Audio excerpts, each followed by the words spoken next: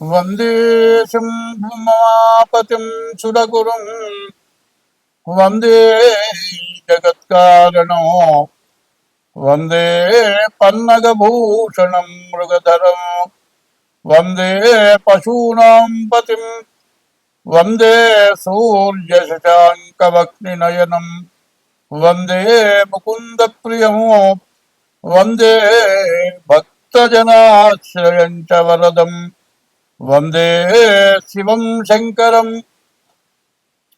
Yeah కుందేందు తుషారహారధవళా యా శుభ్రవస్త్రాన్వితా యా వీణావనదండమండితకరా యా శ్వేతపద్మాసనా యా బ్రహ్మాచ్యుతశంకర ప్రభృతిభిర్దేవైः సదా పూజితా सा मां पातु सरस्वती भगवती भारती నిక్షేసజాడ్యాపహ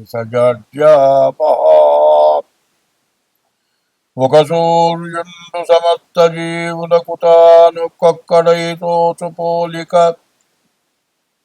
ఏదేముడు సర్వకాలము మహాలీలన్నిజోత్పన్న జన్య కదంబంబుల హృత్సరోరుహములన్ నానా విధానముల రూపకుడై వప్పుచుయుండు అట్టి హరినే ప్రార్థ్యంతు సిద్ధుండనై. 2025 సంవత్సరం నవంబరు నెల 1వ రాశి మేషరాశి ఫలితాలు చెప్పుకుందాం. ఈ మేషరాశి ఫలితాలు ఎట్లా ఉన్నాయి అంటే, ఈ మేషరాశి వచ్చేటప్పటికల్లా ఏ గ్రహాలు కూడా బాగాలేవు. రాహు ఒక్కడు బాగున్నాడు, బుధుడు బాగున్నాడు. రాహువు బుధుడు తప్పితే ఏ గ్రహాలు కూడా పూర్తిగా బాగాలేవు. దీనివల్ల వచ్చే సమస్యలు ఏమిటి? చదువుకునే పిల్లలకు చదువు కష్టం. అసలు ముఖ్యంగా చెప్పాలి అంటే, మరి డిసెంబరు 11కు కానీ డిసెంబర్ 5వ తారీఖు కానీ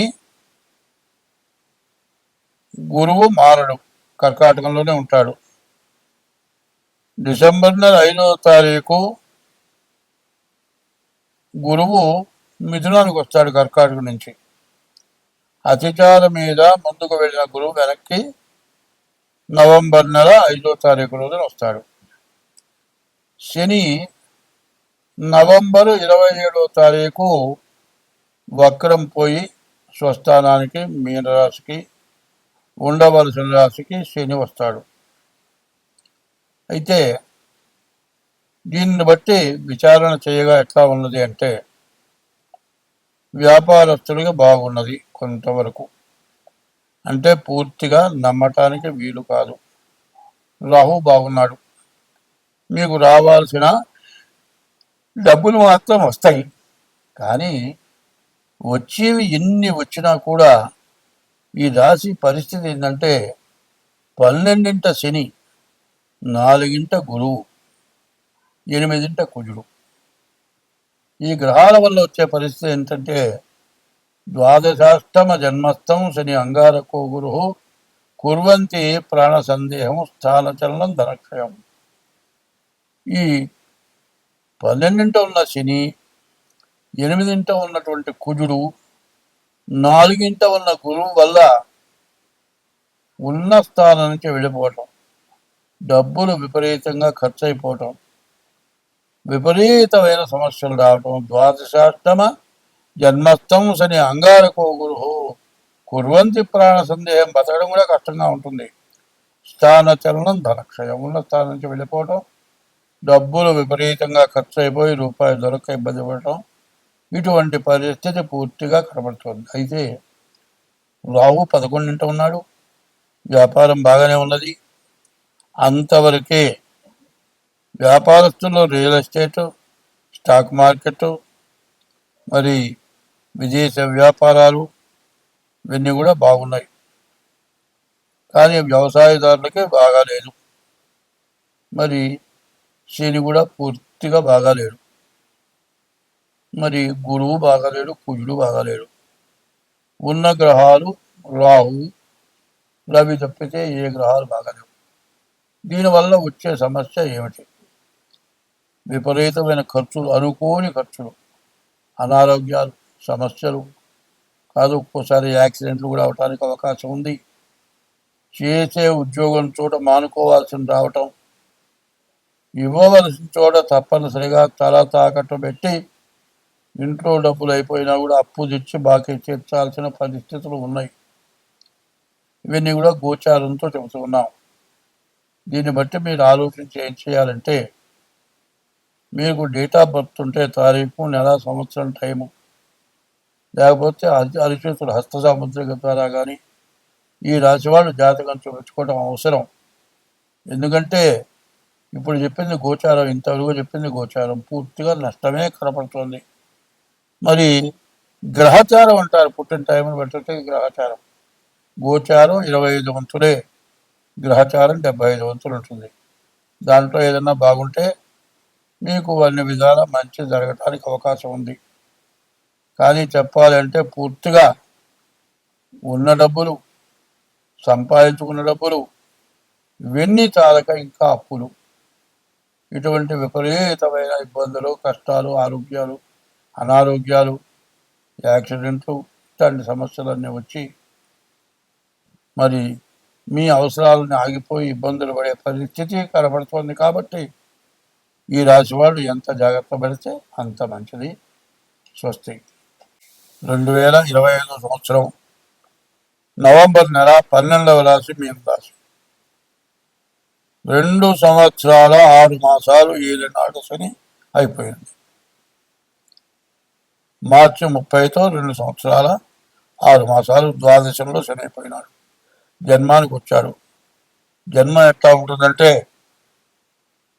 తల్లి కన్నా బిడ్డని ఒళ్ళు దగ్గర పెట్టుకొని కనీసం తన చేత్తో తీసుకొని ఆహారం తినేంత వరకు కన్న తల్లి పిల్లని ఎట్లా పోషిస్తుందో ఆ విధంగా ప్రతి విషయంలో జాగ్రత్తగా ఉండాలి. ఈ శని, జన్మ శని మిమ్మల్ని మామూలుగా వదలడు. మీరు కానీ, మీ వంశంలో కానీ, మీ తండ్రి, తాత, ముత్తాతలు కానీ చేసిన పాపాలని ఖచ్చితంగా అనుభవింపచేస్తాడు. అదే శని బాగుంటే మిమ్మల్ని ఎంత ఎత్తుకైనా ఎత్తుకెళ్తాడు, ఎంత ఐశ్వర్యాన్ని ఇస్తాడు. కాబట్టి శని దోషానికి 19,000 శనికి జపం, 1900 క్షీరతర్పణ, 190 సార్లు హోమం, నల్ల నువ్వుల దానం, ఇవి తప్పనిసరిగా మీరు చేసుకోండి. ప్రతి శనివారం శనికి అభిషేకం చేయించుకోండి. ఈ నెలలో నవంబర్ నెల 1వ తారీఖు ఏకాదశి, ఆ రోజున సత్యనారాయణ స్వామి వ్రతం, 2వ తారీఖు క్షీరాబ్ది ద్వాదశి, తులసి ఉసిరి చెట్టు పెట్టి పూజ చేస్తారు, దీపాలు వేయిస్తారు. ఎటువంటి మహాపాపాలు కూడా పోతాయి ఈ 2 రోజులు. ఈ 2 రోజులే కాదు, ఇవాళ చెప్పిన రోజు నుంచి కూడా ఈశ్వరునికి అభిషేకము, శనికి అభిషేకము, శివాలయం ప్రదక్షిణ, శివుడి దగ్గర ముందు బయట దీపారాధన, శని దగ్గర దీపారాధన, మరి బియ్యపు రవ్వ పంచదార కలిపి మరి పుట్టలకు కానీ మట్టి నేలలో కానీ వేయండి. కనీసం ప్రతిరోజు కూడా ఈశ్వరాభిషేకం చేసుకోండి. మరి గుళ్ళో ఏదైనా సహస్ర జ్యోతిర్లింగార్చన, మహారుద్రాభిషేకం, లక్ష బిల్వార్చన ఇట్లాంటివి జరుగుతాయి. అటువంటి వాటిలో మీ డబ్బులు వేసి మీ గోత్రనామాలు చెప్పడానికి ఎంత అయితే తీసుకుంటారో అంత ఇచ్చి పూజ చేయించుకోండి. సహస్రలింగార్చన ఉంటుంది, అటువంటి కూడా చేయించుకోండి. మీరు అన్ని విధాలా బాగుపడతారు, బయటపడతారు, అన్ని విధాలా బాగుపడతారు. అయితే ఈ టైం మాత్రం పూర్తిగా చెడు టైము. మరి వ్యవసాయదారులకు బాగుంది, వ్యాపారస్తులకు బాగుంది, వివాహం కాని వాళ్ళకి వివాహం అవడానికి బాగా అవకాశం కనబడుతుంది. ఇవి తప్పితే మిగతావి ఏవి బాగాలేవు. వ్యాపారాలు అన్ని రకాలు, మరి రియల్ ఎస్టేట్, స్టాక్ మార్కెట్, విదేశీ వ్యాపారాలు, ఇళ్లకు సంబంధించిన వ్యాపారాలు, మరి స్థలాలు కొనుగోలు, అమ్మకాలు, బ్రోకర్సు, స్థలాల బ్రోకర్స్ వాళ్ళకు కూడా బాగుంది.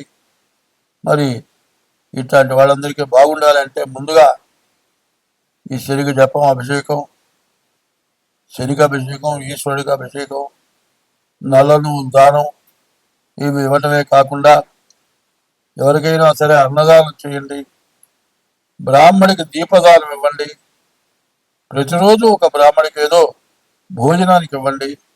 ఈ నెల ఈ పని చేస్తే మీన రాశి వాళ్ళు బయటపడతారు. ఎందుకంటే బ్రాహ్మడికే ఇవ్వాలా, ఎవరికైనా ఇవ్వకూడదా అంటే బ్రహ్మజ్ఞానంతో బ్రాహ్మణ అన్నారు. అయితే అందరికీ బ్రహ్మజ్ఞానం ఉందా అంటే ఉన్నదో లేదో విమర్శించే అవసరం మనకు లేదు. బ్రాహ్మడు అని అంటే ఆ బ్రాహ్మడికి భోజనాలు ఇస్తే మీ దోషాలు పోగొట్టేవాడు బ్రాహ్మడు, మీ పాపాలని నెత్తిని వేసుకొని మోసుకునేవాడు బ్రాహ్మడు. కాబట్టి బ్రాహ్మడికి ప్రతిరోజు కూడా స్వయం పాకము దక్షిణాటువంటివి ఇవ్వండి. ఈ కార్తీక మాసంలో దానం వల్ల మంచి ఫలితం ఉంది. సాలగ్రామ దానం అన్నారు, దీపదానం అన్నారు. ఇట్లాంటివన్నీ చేస్తే మీకు అన్ని విధాలా బాగుంటుంది. స్వస్తి. ఈ సంవత్సరం మొత్తంలో ఇబ్బంది పడనివాడు, బాధపడనివాడు ఎప్పుడు లేడు. అందరికీ బాధలు వచ్చినాయి. వర్షం వల్ల ఇబ్బంది పడనివాడు ఎప్పుడూ లేడు. ఉద్యోగం అంటే గవర్నమెంట్ ఉద్యోగం కానీ ఏ ఉద్యోగం అయినా కానీ బండి మీద కానీ, టూ వీలర్ మీద కానీ, ఫోర్ వీలర్ మీద కానీ పోతూ ఉంటే డ్రైనేజ్ పొంగి కార్లు మునిగిపోయి, కార్లు ఇంజన్లు పాడైపోయి, కార్లు వరదల్లో కొట్టుకుపోయి ఇబ్బంది పడ్డవాళ్ళు ఉన్నారు. సరే నడిచిపోయే వాళ్ళ బతుకు చెప్పక్కర్లా. కూలి పను ప్రైవేట్ జాబులు చేసుకునే వాళ్ళ పరిస్థితి చెప్పనే అవసరం లే. నిత్యం కూలి పని చేసుకునేవాడు వర్షంలో పని కుదరదు చేసుకుంటానికి కుదరదు. ఇవాళ అందరూ తిండికి లేక అప్పుల పాలైపోయి ఎవరు అప్పు ఇచ్చేవాళ్ళు లేక బతకడం ఎట్లాగో అర్థం కాక బతకాలో చావాలో తెలియక కొట్టుమిట్టాడుతున్నారు ప్రజలంతా కూడా. ఈ బాధలు ఎందుకు వచ్చినాయి అంటే యుద్ధం వచ్చింది. డీజిల్ దగ్గర నుంచి, పెట్రోల్ దగ్గర నుంచి అన్నీ పెరిగిపోయినాయి. వీటి వల్ల ప్రతి వస్తువు ధరలు పెరుగుతాయి. మరి రాజకీయ నాయకులు కానీ, మరి రాజ్య పరిపాలకులు కానీ ఎవరు చేయలేరు. ఈ పెరిగిన దాన్ని ఎట్లా కొన్నాళ్ళు మళ్ళీ సక్రమైన దారి వచ్చి పంటలు వచ్చి కనీసం కూరగాయలు కూడా దొరకని పరిస్థితి వచ్చింది. ఇప్పుడు ఎవరు దిక్కు? దేవుడే. దేవుణ్ణి పూజించక తప్పదు. ప్రతివాళ్ళు కూడా ఈశ్వరుణ్ణి, విష్ణుమూర్తిని, ఇష్ట దైవాన్ని, తల్లిదండ్రుల్ని, కులదేవతల్ని గట్టిగా మనస్సు పెట్టి పూజిస్తేనే కొంతైనా బాధలు తీరుతాయి. అదే కాదండి, ఎవరు ఎన్ని చేసినా బతికున్న తల్లిదండ్రులకి అన్నం పెట్టకపోవటం, వాళ్ళు తిన్నారా తినలేదా చూడకపోవటం, కనీసం వాళ్ళని వృద్ధాశ్రమాలకు పంపించడం, తర్వాత విదేశాల్లో ఉన్న వాళ్ళు వృద్ధాశ్రమంలో ఉన్న తల్లిదండ్రులు చచ్చిపోతే రాకపోవటం, దహనం చేయకపోవటం, కర్మ చేయకపోవటం, ఇవి చెయ్యరాని మహాపాపాలు. వాళ్ళకి ఎవరేం పెట్టారు, ఏం తిన్నావా, అన్నం తిన్నావా, ఏం తిన్నామని ఆలోచన పెద్దవాళ్ళకు ఉండదు. నా కొడుకులు, నా కోడళ్ళు, నా కూతుళ్ళు, నా అల్లుళ్ళు, నా మనవాళ్ళు, నా మనవరాళ్ళు వాళ్ళని చూడాలని వాళ్ళ ప్రాణం పీగుతూ ఉంటుంది. కానీ వృద్ధాశ్రమంలో కూడా వాళ్ళని తలుచుకుంటూ పిచ్చి వాళ్ళు అయిపోతున్నారు. తల్లి, తండ్రి, గురువు, దైవం అన్నారు. ముందు తల్లిదండ్రులని సరిగ్గా చూడాలి. ఈ పాపం బాగా ఇబ్బంది పెడుతోంది. తర్వాత వ్యభిచారం. భార్య, మనకు హిందూ సాంప్రదాయంలో భార్యాభర్త ఇద్దరే కుటుంబం కాకుండా విపరీతమైనటువంటి పరస్త్రీ వ్యామోహం, పరపురుష వ్యామోహం. 5 సంవత్సరాల పిల్లలకు ఇంజక్షన్లు చేసి వ్యభిచార గృహాలు పంపించడం, ఇటువంటి మహాపాపాల వల్ల దేశం అంతా కూడా నాశనం అయిపోయింది. మరి రకరకాల వ్యాధులు వచ్చినాయి. ఆ వ్యాధులు తగ్గక చాలా ఇబ్బంది పడుతున్నారు. మరి ఇవన్నీ మార్పు చేసుకోవాల్సిన అవసరం మన ఎందుకు ఉన్నది. ఎంతమంది దేవతల పూజలు చేసినా చెయ్య తగిన పనులు. పెళ్లి చేసుకున్నావు, ఇద్దరిలో ముగ్గురులో పిల్లలు కన్నావు, నీ దారిన ఉద్యోగం చేసే పిల్లలు నువ్వు మరిగావు, నీ భార్య ఉద్యోగం చేస్తుంది, ఆమె కన్ను మెరిగింది, చెరుగొడుతో ఇద్దరు వెళ్ళారు. ఆ పిల్లలు ఏమైపోతున్నారు? తల్లిదండ్రులు, అమ్మమ్మ తాతో నాయనమ్మ తాతో కొన్నాళ్ళ పాటు వాళ్ళు ఉంటూ చూస్తారు. వాళ్ళు లేకపోతే ఆ పిల్లల గతి అనాథ శరణాలయం. చివరికి ఏమవుతుంది? యవ్వనం పోయిన తర్వాత చేసుకున్న భార్యలాగా పరస్త్రీల వల్ల పరపురుషుల వల్ల విభజన వెళ్ళిపోతారు, ఉండరు. పూర్తిదాకా వాళ్ళు కాలం గడిపేవాళ్ళు 1000లో ఒక్కడు కూడా కనపట్టలే. చివరికి భార్య గతి అవుతుంది. అదే పెళ్లి చేసుకోకుండా ఉన్న భార్య అయితే గతిన భార్య ఉంటుంది. ఇద్దరు చెరవలను పెళ్లి చేసుకుంటే హిందూ సాంప్రదాయమైన సనాతన వ్యవస్థ నాశనమైపోతుంది. సనాతన వ్యవస్థను పూర్తిగా విడగొట్టుకున్నారు. వస్త్రధారణ పూర్తిగా పాడైపోయింది. ఈ వస్త్రధారణ ఎందుకు చేస్తున్నాం అనేది ఆలోచించుకోవాలి. నేను చెప్పటం కాదు, ఇంట్లో పెద్దవాళ్ళు, తల్లిదండ్రులు, పిల్లలు, చదువుకునేటువంటి పిల్లలకి జాగ్రత్తలు చెప్పాల్సిన అవసరం ఉంది. ఇవన్నీ కూడా జాగ్రత్త వహించడమే కాదు, దేవతా పూజలు జరగాలి. అందులో ముఖ్యంగా గజేంద్ర మోక్షం ఉంది. వంశపారంపర్యంలో వంశ మూల పురుషులు చేసిన పాపం పోవాలి అంటే గజేంద్ర మోక్ష పారాయణ చేస్తే సమస్త పాపాలు నశించిపోతాయి. ఆ గజేంద్ర మోక్షం కూడా ఈ యూట్యూబ్ వాళ్ళకి ఇద్దాం అనుకున్నాను. వాళ్ళ టైము చాలలేదు, నాకు కూడా చెప్పగలిగినట్టుగా లేదు. ఇంకొక రోజు గజేంద్ర మోక్షం చెప్పుకుందాం. ఇప్పుడు చెప్పింది మొత్తం ప్రతి రాశికి చివరిలో వేయండి. ఇది తప్పనిసరిగా వేయాలి. ప్రతి వాళ్ళు అవలంబించాలి. భర్తని భార్య, భార్యను భర్త, అత్తమామల్ని కోడలు, తల్లిదండ్రుల్ని కొడుకు జాగ్రత్తగా చూడటం, వాళ్ళకి బాధ లేకుండా సంతోషంగా బతికేటట్లుగా చేయటం, పరస్త్రీ వ్యామోహాలు లేకుండా చేసుకున్న భార్యతో సక్రమంగా ఉండటం. వీటి తర్వాత దేవతా పూజలు.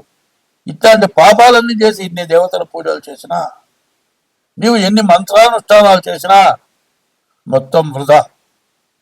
ఎందుకంటే సాంప్రదాయమైనటువంటి లక్షణాలు ఉండాలి. ఏవైనా ఉంటే మానుకోవాలి. మానుకున్న తర్వాతే దేవతా పూజలు చేయాలి. నా ఇష్టం వచ్చినట్లు నేను తిరుగుతాను, ఎన్నో పూజలు చేస్తానంటే ఎవరూ బాగుపడలేరు. ఇప్పుడు వచ్చినటువంటి విపరీతమైన వరదలు రావటానికి కూడా ఇప్పుడు నేను చెప్పినటువంటి మహాపాపాల వల్లే ఇట్లాంటి బాధలన్నీ వచ్చినాయి. ఇది ప్రతిరాశికి కూడా చివరి భాగంలో వేయండి. అందరూ వినాలి, దీన్ని అవలంబించాలి. స్వస్తి.